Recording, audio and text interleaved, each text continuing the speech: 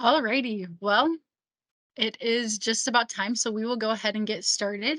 And people will probably start trickling in as we get started here. We are so excited to have Tina Robinson with us today as our guest speaker here to present to us. Tina is a leadership coach and a DecisionWise coaching partner. She's been using 360s with clients for over 20 years, so she has a lot of experience. And she's the founder of WorkJoy, providing coaching, facilitation, and consulting services. Just as a reminder, for those of you who this is applicable to, this webinar does qualify for SHRM and HRCI credit. If you have any questions or anything like that, you can email us at info@decisionwise.com. But without further ado, we'll let Tina take it away and show us what she has for today. We're excited. Wonderful. Kaylee, thank you so much. Hopefully everybody can hear me. And I'm also realizing that when I'm sharing my screen in Teams, I'm not able to see the chat.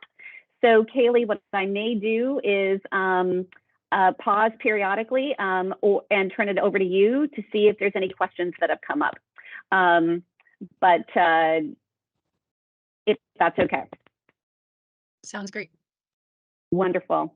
Excellent. All right. Well, I am so excited to be here. What we're going to talk today is, first of all, a huge thank you to our hosts. So the wonderful Kaylee, the fabulous DecisionWise, thank you so much for hosting us. A little bit of expectation setting. We're going to aim to be done around 10:45. That's 10:05 Pacific time because I'm sitting here in Los Angeles. Gives everybody time to get to their next meeting. And a disclaimer about technology. If for any reason Wi-Fi goes out on my end, it's been a little bit weird today, just know that I will be right back. If you believe Mercury being retrograde, Mercury is retrograde right now. And so we are all navigating through that. But a huge thanks to every one of you for being on this call. And if you are listening to a recording versus us live, then we hope you enjoy this recording. Okay. So I'm now hearing a little bit of an echo, possibly because somebody wasn't muted, but that's okay. So here's what I'm going to talk about. Who am I? I'll give you a little background on the 360. We're going to talk about a case study because I think case studies are really fun because it's a way of making this real. Rather than talking about it hypothetically, we can actually utilize example. And I'm going to talk about one of my past clients where I did a lot of 360s. We're going to link 360s to leadership development and engagement, which is the reason that you're all here. And again, we're going to make this as real as possible. And I'm going to share lessons learned. Okay, we're going to watch for questions in the chat. I may have to unshare my screen and pop in for questions, but please keep those coming. We will pause periodically, or I will have the wonderful Kaylee read me some questions that are coming up. And I think chat is great for all of you, so feel free to talk to each other and answer each other's questions too. So I'm going to test you on that and let you introduce yourselves after I introduce me. So here's me. I'm not going to read all this. It's a lot of words on a slide. But as Kaylee said, I've been this work for a long time. I can't believe I'm as old as I am. I started doing this work when I was 12, obviously, but I've been working at the intersection of HR and OD and humans and work for more than 20 years.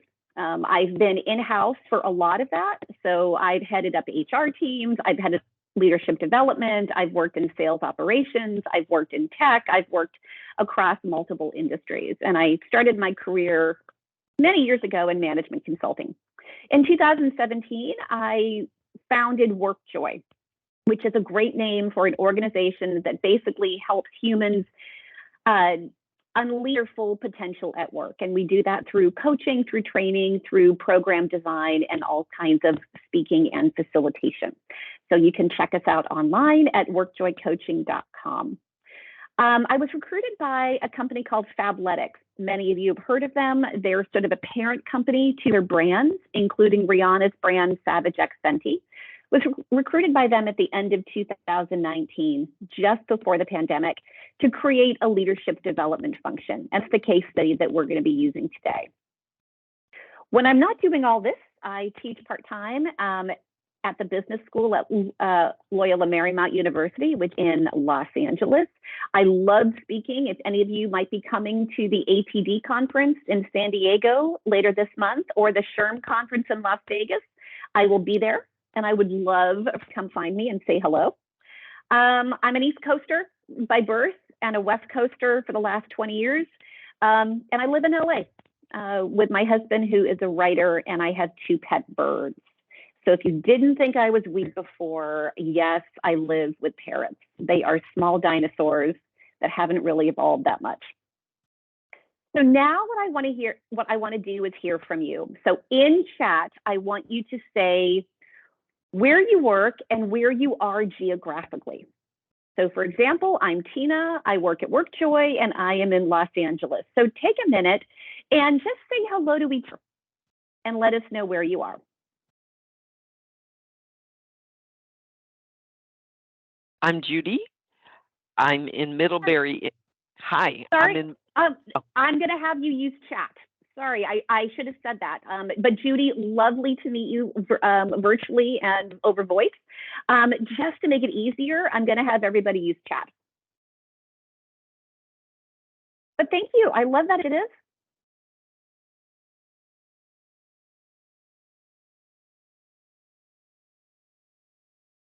So again, who you are, say hello, where you are, where you work, and, you know, mother's maiden name, email password, anything else you'd like to share with us on our call today.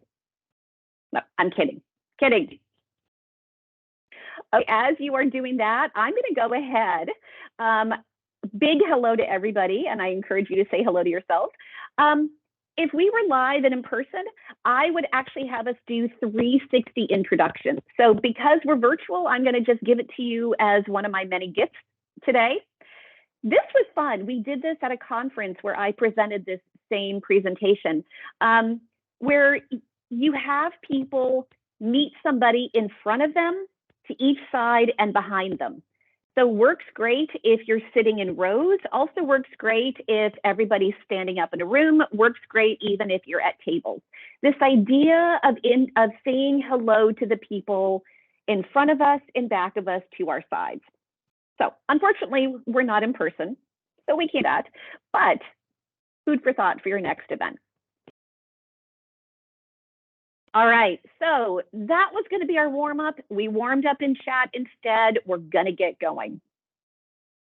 So a brief history of the 360. Weirdly, its origins in the military, and it was actually the German military between World War I and World War II, which is an interesting factoid I found on the internet. But many of the things that we take for granted in the workplace actually came from the military and the very hierarchical organization structure that the military has in place. It began to be used by corporations in the 1950s, and big corporations, including GE, glommed onto it. So for those of us old enough to remember GE when it was a powerhouse and remember Jack Welch, Mr. Welch, more recently, there have actually been a lot of differing opinions about if, how, and when to use the 360. And I know we're being hosted by a 360 powerhouse, but I have noticed that at conferences, there are speakers who support 360s and think they're great, and then there are people who think 360s are maybe a tool to be careful with. So in chat, share with each other, are you friend or foe of this tool? Or maybe a wait and see attitude? Haley, if you're on, what are you noticing in chat? Are you seeing friend, foe, or wait and see? It looks like we're seeing a lot of friend. 3 people have said friend so far. Wonderful. Well, good. Wait and see. Megan says wait and see. Kristen says friend. Katie says wait and see. Imagine we're not going to get a lot of foes because you're on a webinar about 360s hosted by a 360 vendor. So my guess is we're not going to get a lot of people who are thinking 360s are not good. But I love the wait and see. Perhaps at the end of our time together, you will actually have seen what you needed to see.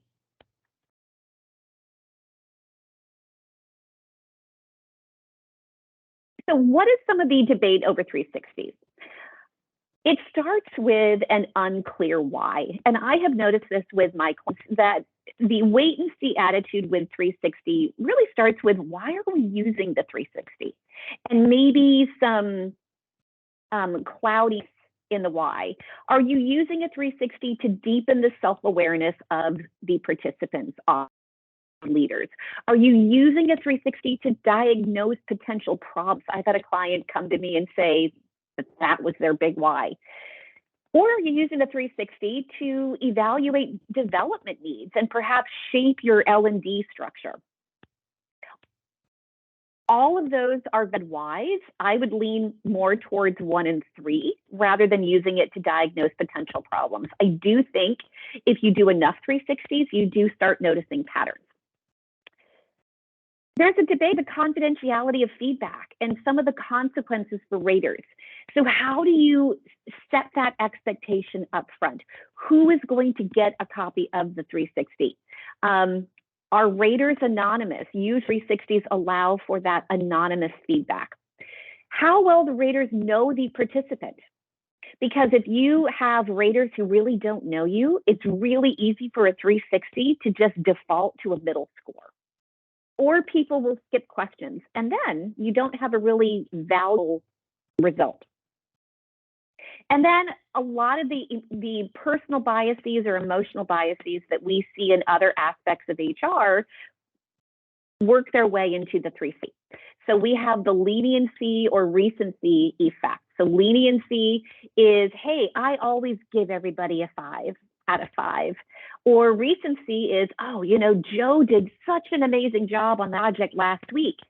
So all of your ratings are clouded by what Joe did recently. There's a central tendency. Some people tend to just rate in the middle. Sort of like the old joke about taking the SATs and just choosing C for everything, especially if you don't know the answer. And then the halo and the horns. So this commonly comes up when we're interviewing. But the halo effect is, oh, look, she's a redhead. Well, she's obviously great, and that red hair is going to cast a halo over everything. Or, he went to Ohio State, which is Michigan's big rival. That's going to put horns over everything. So all of those things contribute to the debate over 360s. Should we use them? Should we not? Are we friend? Are we foe? So in chat, I'd like to hear about your concerns about using the 360. In chat, what is something that is making you wait and see, or even concerns that you've had in the past about using 360s? Is it that confidentiality? Is it the clarity of the why? Is it concern about how people rate?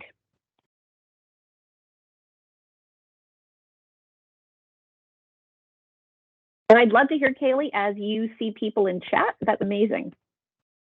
Yes. Barbara said, need a mature audience to have an effective 360 program. Wade says, team capacity to have time for the reviews. Time, yeah. Adding it to an already long list of things that you're asking people to do. Totally. Emily says, concern about confidentiality with being a small organization. Yeah, Katie said confidentiality, time consuming. Judy says confidentiality. Yeah. So I'll make a point of talking about that. Rater fatigue too. If you're a small organization, or if you just have a lot of things going on, we often use the same raters, especially people higher up in the leadership chain. And so trying to balance the rollout, the timing of that so people just don't get burnt. Okay.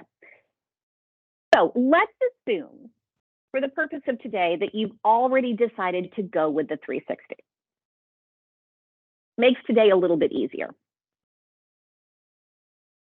And you want to use 360 to help drive overall engagement and not just have it be something that is a one-off that goes in a drawer. So the big question is, how do you connect the dots? How do you make the insights and the ahas from the 360 stick? And how do you make it give you longer term results? These are the things that I know I have struggled with, as well as many of my clients when they're about to roll out a 360.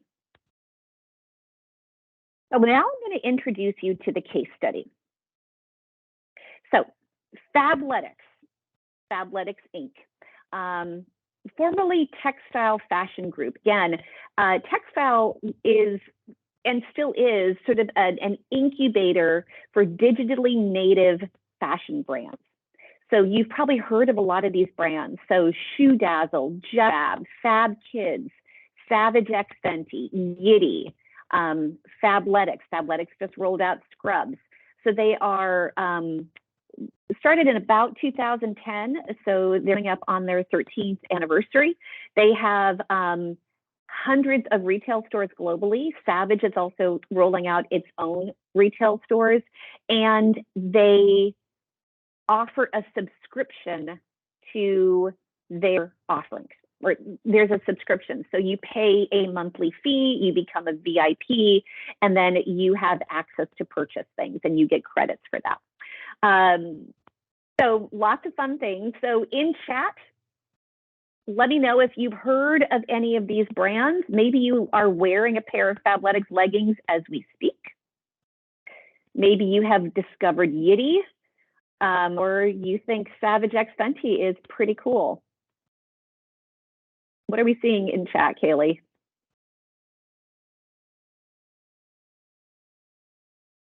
Let's see here. Katie says yes, heard of most of them. Barbara says no. Got another yes coming in.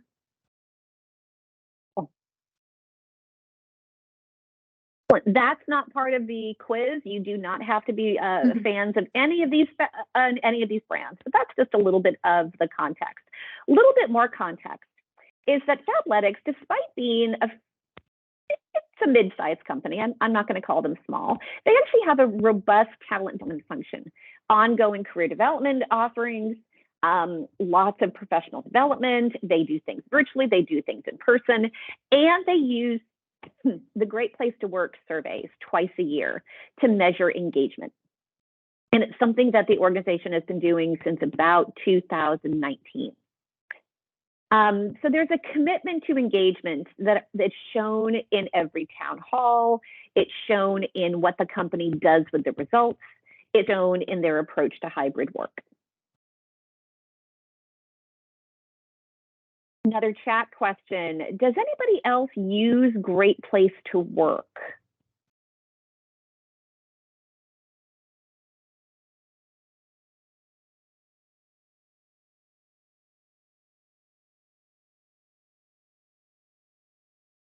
We have a couple no's.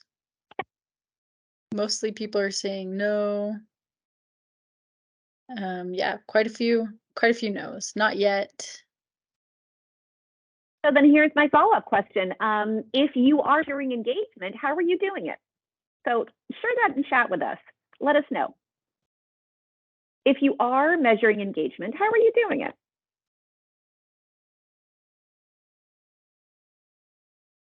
Are you partnering with a vendor? Did you create a homegrown survey? Little plug for DecisionWise, they do offer engagement surveys. Yep. Let's see. Culture surveys, one-on-ones, pulse surveys, motivosity, not formally measuring. We use online surveys we create our own survey, both vendor and in-house. Great. Yeah. Right. So a lot of things. We are sort of running the spectrum, which is pretty typical in a mixed audience, between not really doing much to I've actually partnered with a vendor formally to measure this with some more structure.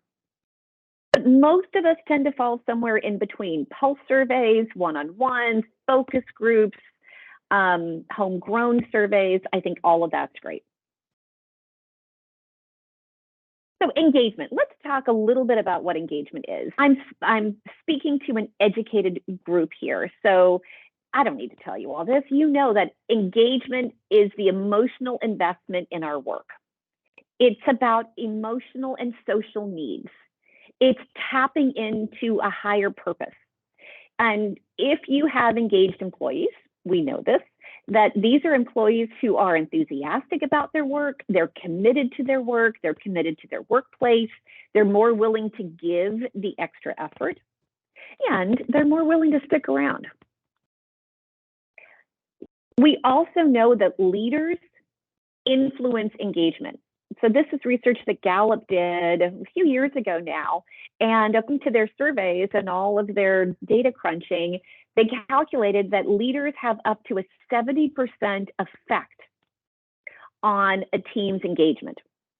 So the difference in engagement, one team versus another's, is up to 70% of that difference can be looked at with the leader. So leaders influence how engaged their people are.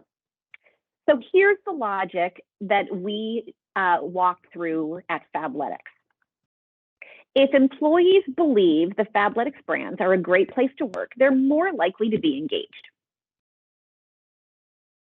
Makes sense. So if leaders, we know they have a big effect on engagement, in demonstrating desired behaviors, they're more likely to contribute to the brands being a great place to work. Okay?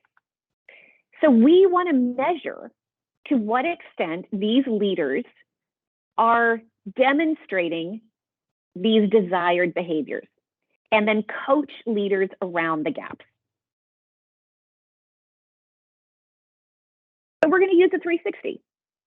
So that was our logic. So this, I think, is a very helpful exercise to do, because this sets your why. If we go back to the wait and sees of the 360 being an unclear why, walking through your logic for why you're using a 360 can be a really big help. So this is an example of that. So Fabletics was actually pretty far ahead when it comes to expected or desired leadership behaviors. So this is a list of the behaviors that were actually put on the goal plan of every people leader at Fabletics through Workday. So these were set as expectations of every leader. And a lot of the professional development touched on these desired behaviors. So again, looking at this list of behaviors, nothing in here that's earth-shattering, but all things that we can measure. Let's pause here for a quick second. Kaylee, let's look at chat. I'm pausing here to just check for any questions. Questions about Fabletics, questions about the why of the 360s, sort of our midpoint check-in. How are we doing? I don't see any coming in yet, but let's give it just a second. If we were in person, I'd be able to read all of your faces and I could tell. It's the joy of being virtual that we just pause and check in.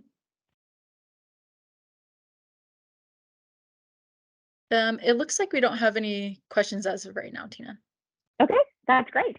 It means I'm making sense, which is a good day. So let me talk through a little bit about what we did. First of all, we turned those behavior statements, those behavior expectations, into competency statements. Probably many of you on the call know what a competency is. A competency is basically just an observable behavior or skill. Many And most, if not all, of the 360s out there, at least the really good ones, including the DecisionWise 360s, are competency-based and offer competency libraries for you to access. So we turned those behavior expectations into competency statements.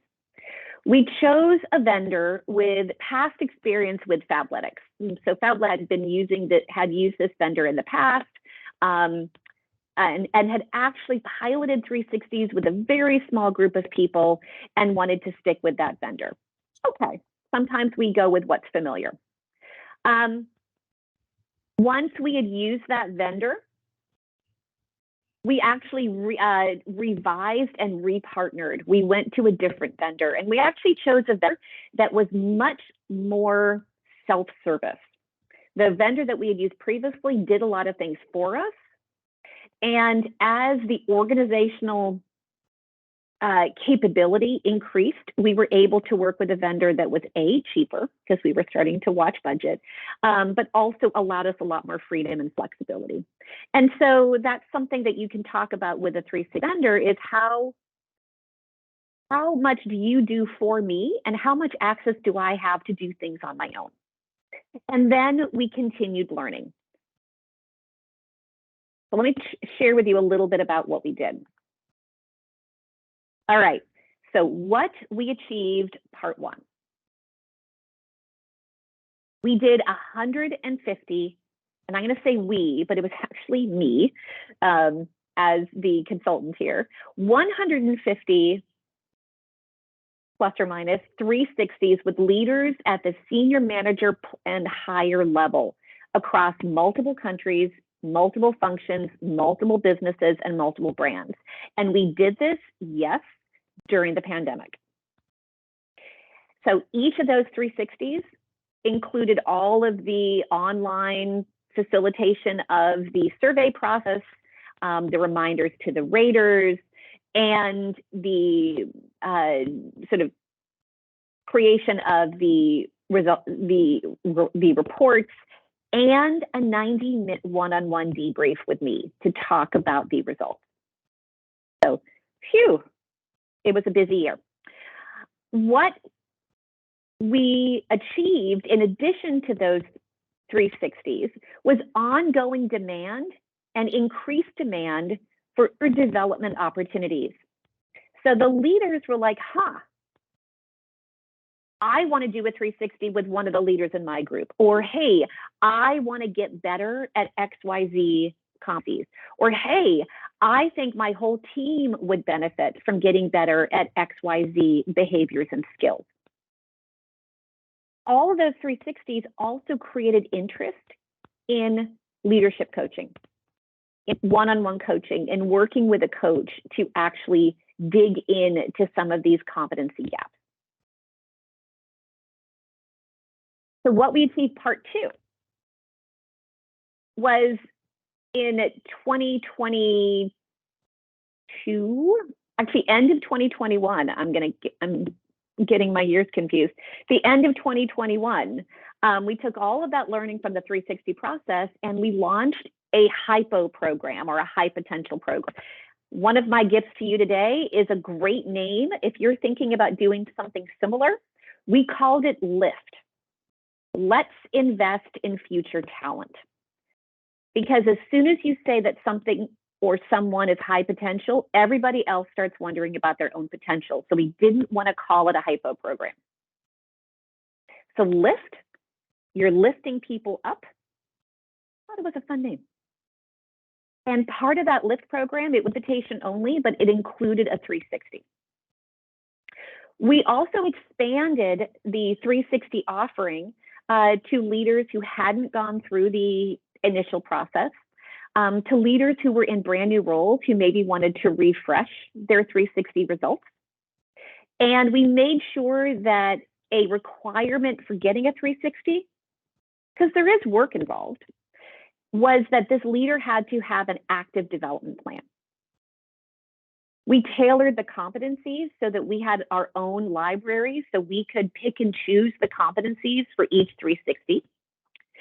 And we began organizing professional development offerings related to some of those core competencies. So let me pause there. Kaylee, let's see if there are any questions related to that, because I just said a lot. That is what we achieved, or what Fabletics achieved, basically 2020 through 2022. Questions, observations, comments about that?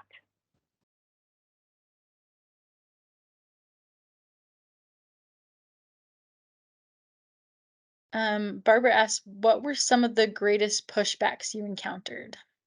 Barbara, you are beating me to it. On our next slide, I'm going to talk about lessons learned, and we will go into the pushbacks because, oh yes, we had pushbacks. Great question.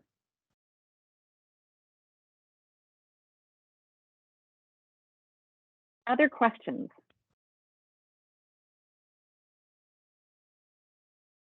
Okay, let me start talking about what we learned, because this is, again, my gift to all of you. It's the reason I love webinars that feature a case study, because it's been there, done that, and here's what we learned. We learned that we have a leniency problem at Fabletics. So the ratings across all competencies and all leaders average to a 4 or 5. It is so hard to escape the biases. What I did was I actually changed the rating scale from 5-point to 4-point, and I took out that middle score. Now, every 360 vendor, every 360 consultant has their own philosophy on this. I am not preaching one over the other. I was concerned, and what we noticed was people were really freaked out about giving anybody a 1 or a 2. So 3 became the low score. 4 became the new midpoint, and 5 stayed high. So I think that's what contributes to everything averaging out to a 4 out of 5. Fabletics is a wonderful company, but they're not a 4 out of 5 company across the leadership spectrum.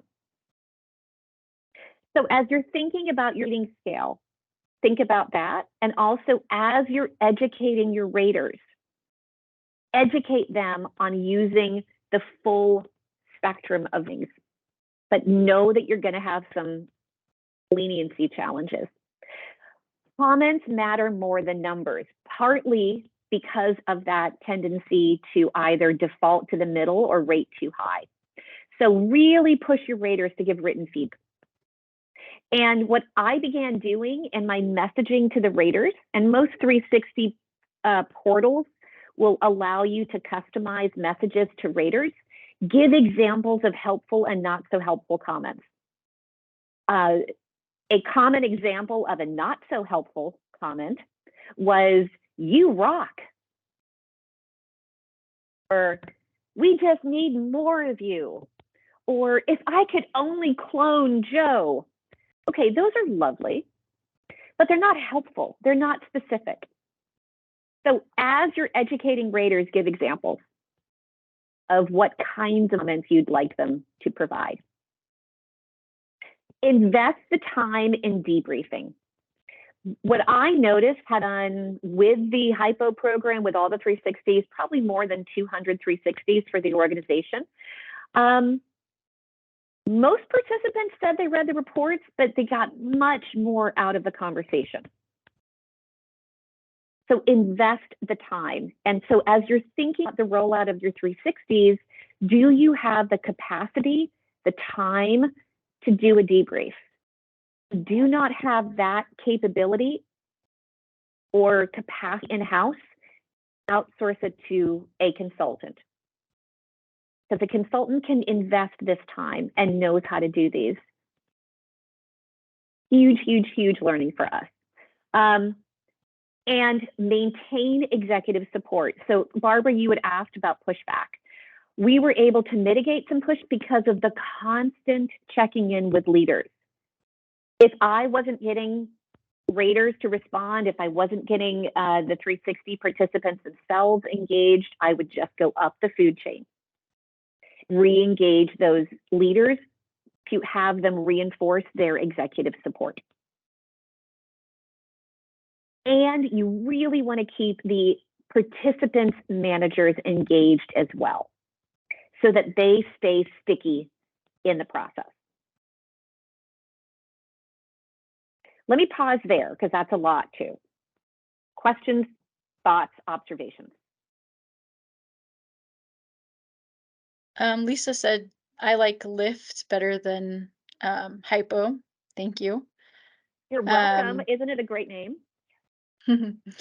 And then a comment came in as well. How can I get staff to be open to do an anonymous performance review on their manager without feeling like it's going to be traced back to them?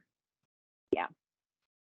And that is hard. I mean, ultimately, if you have 3 people on your team and you know sort of their writing style from the comments, it's going to go back. And so creating that environment of trust, and I think we actually talk about that a little bit in here, but if not, I will talk about it now.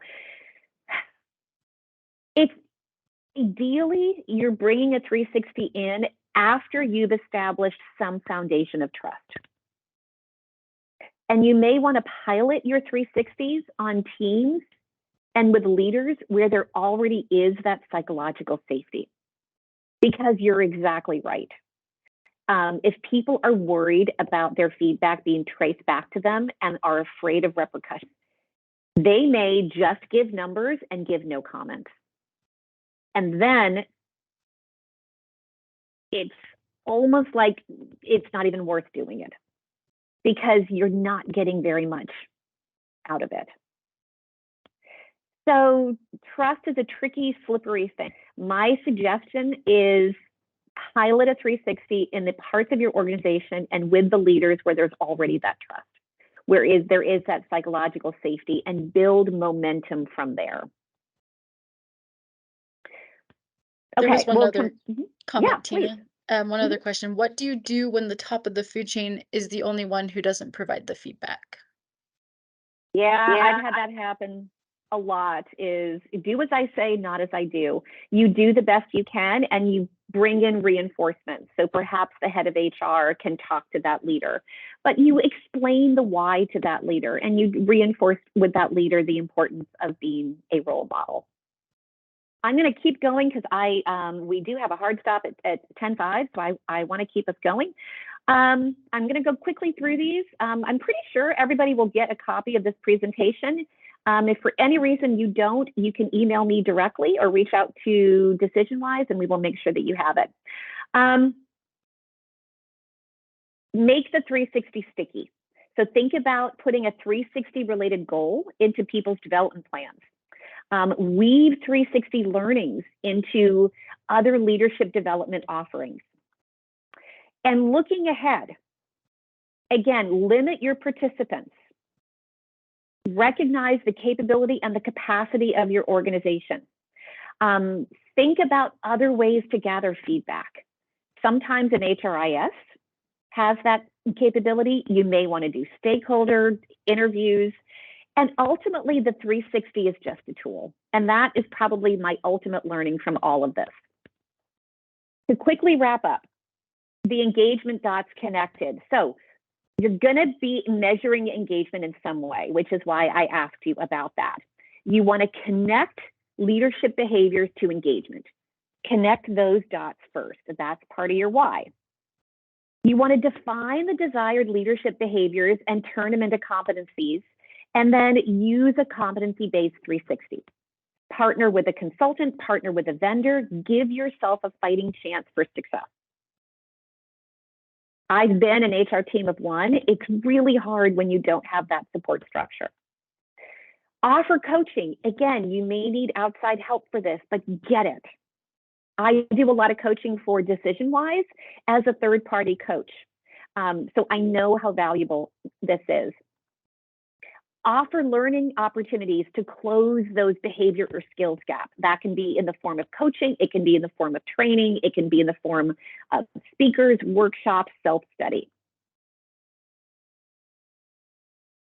Hold leaders accountable for doing something with this learning. So hold them accountable for improvements in their behaviors evolution of their skills. And if you need to, redo a 60 or even a modified one, and then reward the leaders who are doing this.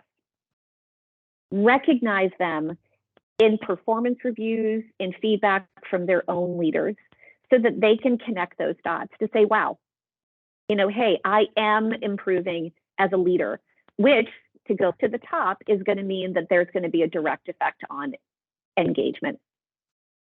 So if you take away anything from today, this might be your slide.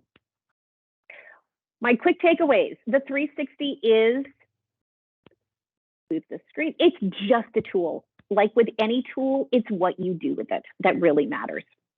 So we can talk about 360s all day, but they're just a tool. So invest in the coaching, hold people accountable for doing something with the results, weave the results, weave the insights into your other programming, stay aligned with your why, celebrate your leader's success, your participant success, and your own success. And my thank you is, if any of you want to talk about this one-on-one with me, I'd be delighted to do that. So we have a few minutes for questions, but I also want to just go to this last slide here. You can link to me this little QR code. I'm experimenting with QR technology, but you should be able to scan that and go right to my LinkedIn. You also have my email address right there.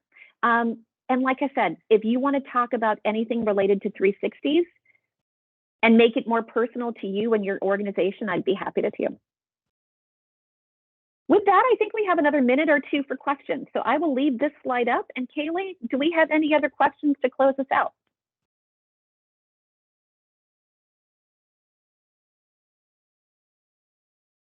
I'm not seeing any quite yet, but we'll see if Okay. they're coming. So,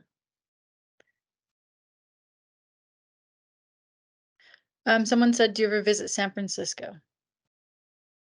I love San Francisco. So with me, I go where my clients are. I do things virtually, and I also love to get on a plane. I'm going to a client in New York on Sunday. So, and I'm at a client site this week. And yeah, San Francisco's great.